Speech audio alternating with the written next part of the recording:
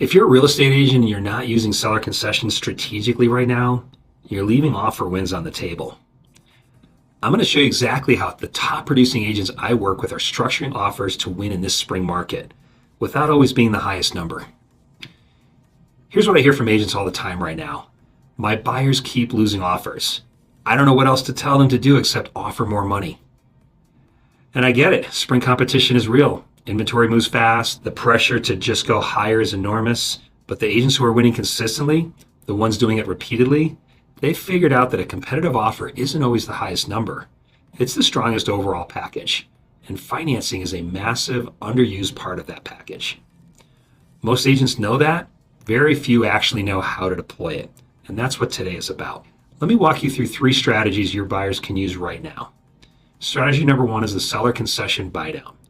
Instead of just offering a higher price, your buyer asks the seller to contribute typically 2 to 3% of the purchase price towards a rate buydown, a temporary or permanent reduction that lowers the buyer's monthly payment. On a $500,000 purchase, a 2% contribution is about $10,000. Used to buy the rate down, that $10,000 can lower the buyer's monthly payment by $300 to $400 a month for the first 2 years. For the seller, it costs the same as lowering the price, but for the buyer, the monthly savings are immediate and tangible. Strategy 2 is the seller incentive structure. Higher price with concessions. Your buyer offers above asking price and the seller contributes a portion back to the concessions towards closing costs, prepaids, or rate buydown.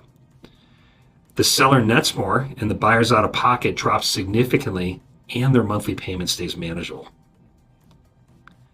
This structure works especially well when your buyer is cash constrained but can handle a slightly higher loan amount. Because it solves 2 problems at once. It makes the offer more competitive on price, and it reduces the buyer's immediate cash burden at closing. Strategy number 3 is the full concession package.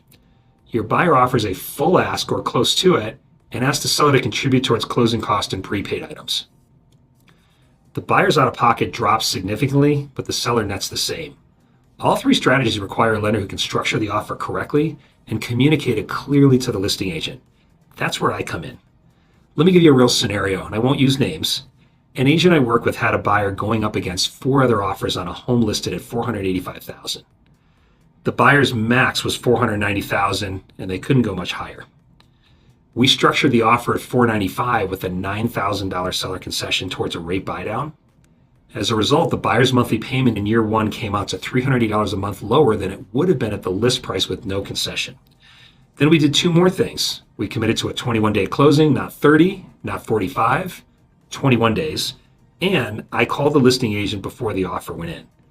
I explained the structure, confirmed the timeline, and answered every question she had about the financing. The offer was accepted not because it was the highest. There was one offer at $500,000 flat, but because the overall package was the cleanest, the closing timeline was the fastest, and the listing agent had confidence that the deal would actually close.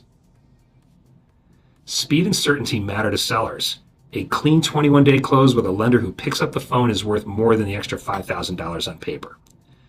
The mistake I constantly see, agents wait until after the offer is accepted to think about financing structure. By then you're reacting and the deal is already framed.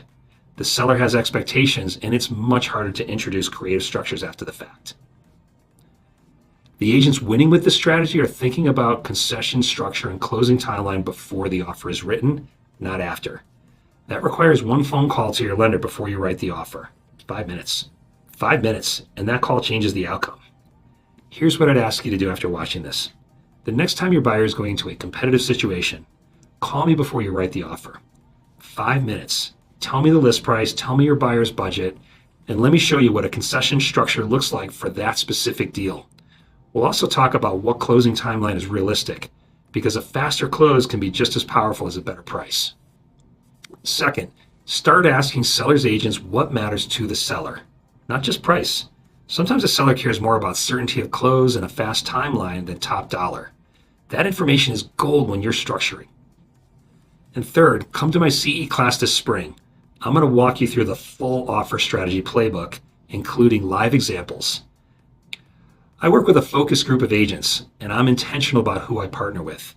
If what I just laid out resonated with how you think about your business and your clients, let's talk. You can text me directly at 720-248-6892 or go to teamaronheim.com. I'm available on the weekends.